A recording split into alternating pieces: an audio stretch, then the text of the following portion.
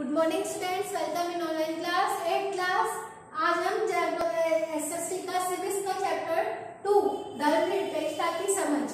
इसके पहले वाली क्लास में हमने बताया था कि धर्मनिरपेक्षता क्या है। आज हम पढ़ेंगे भारतीय धर्मनिरपेक्षता क्या है, कि भारत में धर्मनिरपेक्षता का क्या अर्थ से इसको आंका गया है। कि भारतीय संविधान में, हमारे संविधान में ये कहा गया है कि भारतीय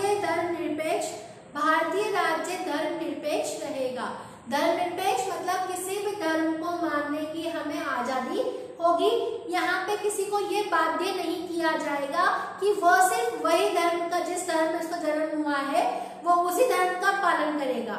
ऐसा नहीं है कि अगर उसको लगता है कि मुझे मेरे धर्म का परिवर्तन करना है तो उसको स्वतंत्रता दी गई है कि वो अपने धर्म का परिवर्तन कर सकता है।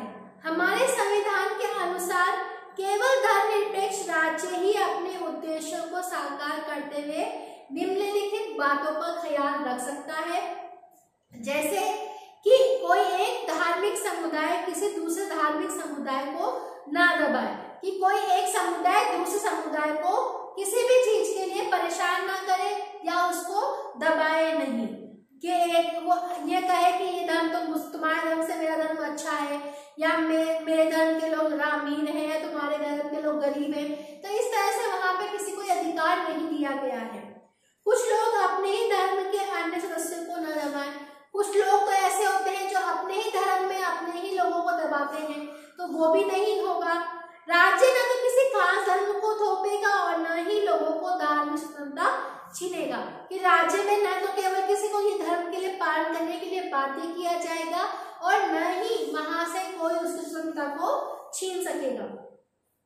इस तरह के दबदबे को रोकने के लिए भारतीय राज्य कई तरह से काम करता है।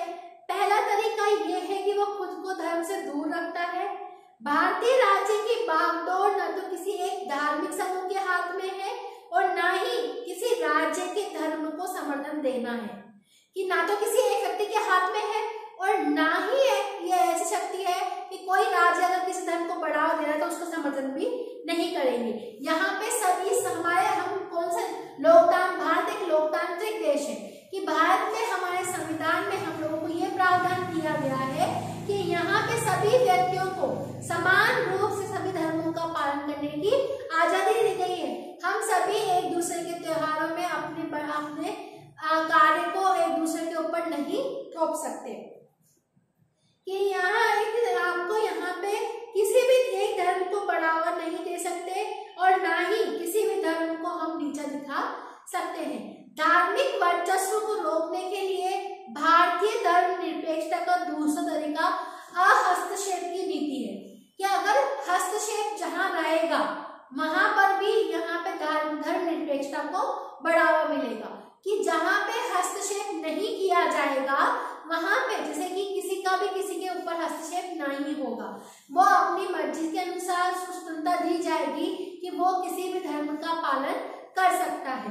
इसका मतलब है कि सभी धर्मों की भावनाओं को समान रखते हुए धार्मिक क्रियाकलापों में दखल न देने के लिए और राज्य कुछ खास धार्मिक समुदाय को विशेष छूट दी जाएगी कि यहाँ पर सभी को यहाँ अधिकार दिया जाएगा कि यहाँ सभी व्यक्ति अपने धर्म का पालन करें और अपने धर्म के अनुसार एक दूसरे से भाईचारे का व्यवहार करें।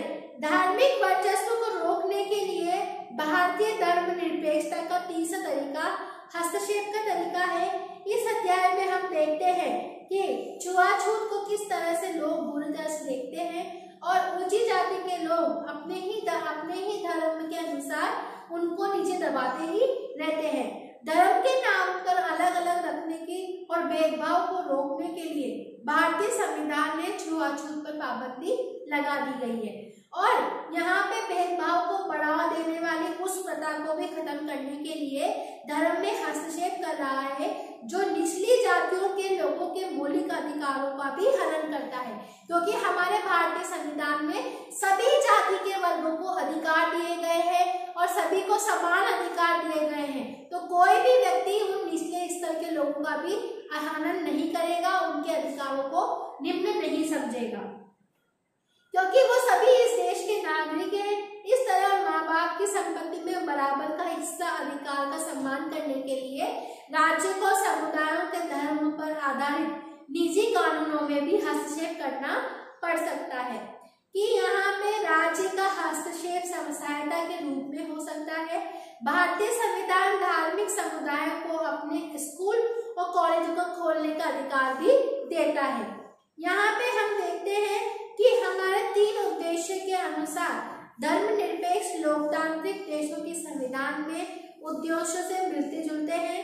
अमेरिकी संविधान में हमें पहले संविधान संशोधन के जरिए विधायिका को एक ऐसे कानून बनाने से रोक दिया गया था जो धार्मिक संस्थाओं का पक्ष लेते हैं या धार्मिक स्वतंत्रता को रोकते हैं। इसका मतलब है कि विधायिका किसी भी धर्म को राजकीय धर्म घोषित नहीं कर सकती, क्योंकि हमारे संविधान में सभी को समान अधिकार दिया गया है। सभी धर्म समान है, तो हम कैसे किसी एक धर्म को बढ़ावा कर सकते हैं। तो हमारे विधायकों का ये कानून बनाया गया है कि किसी भी धर्म को राजकीय स्तर पर उसको बढ़ावा नहीं दिया जाएगा। संयुक्त राज्य अमेरिका में राज्य और धर्म के प्रतिकरण का मतलब है कि उनकी विभिन्नता का मतलब है कि राज्य और धर्म दोनों ही एक दूसरे के मामले में किसी तरह का दखल नहीं देंगे, कि राज्य और जो धर्म है उन दोनों पर वहां पे कोई भी अपने विचार विमर्श नहीं देगा। और भारतीय धर्मनिरपेक्षता और अमेरिकी धर्मनिरपेक्षता के बीच में सबसे महत्वपूर्ण फर्क जो है वो ऐसा इसलिए है क्योंकि अमेरिकी धर्मनिरपेक्षता में धर्म और राज्य के बीच स्पष्ट अलग दिखाया गया है और भारतीय धर्मनिरपेक्षता में राज्य को धार्मिक मामलों में हस्तक्षेप करने की छूट दी गई है।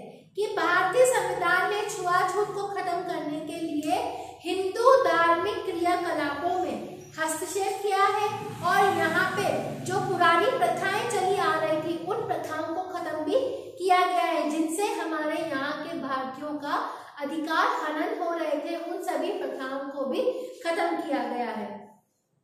भारतीय धर्मनिरपेक्षता में राज्य धर्म से अलग तो है, लेकिन धर्म में उसका फैसला सैद्धांतिक है। इसका मतलब यह है कि संविधान में दिए गए आदर्शों के आधार पर राज्य किसी भी धर्म के मामलों में हस्तक्षेप कर सकता है।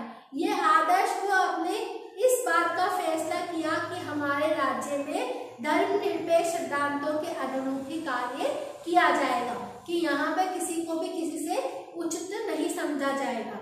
भारतीय राज्य धर्मनिरपेक्ष धार्मिक वर्चस्व को रोकने के लिए कोई तरह के काम करता है और भारतीय संविधान अपने नागरिकों को मौलिक अधिकारों को आश्वासन भी देता है। आपको मौलिक अधिकार बताए थे, हमने पहले चैप्टर में पढ़ा भी था कि हमें यहाँ पे स्वतंत्रता का अधिकार दिया गया है, समानता का अधिकार दिया गया है, शिक्षा के क्षेत्र में अधिकार दिए गए हैं, हमें किसी के विरुद्ध जो हमारी स्वतंत्रताओं का हनन करता है उसके विरुद्ध जाने का अधिकार भी हम लोगों को दिया गया है।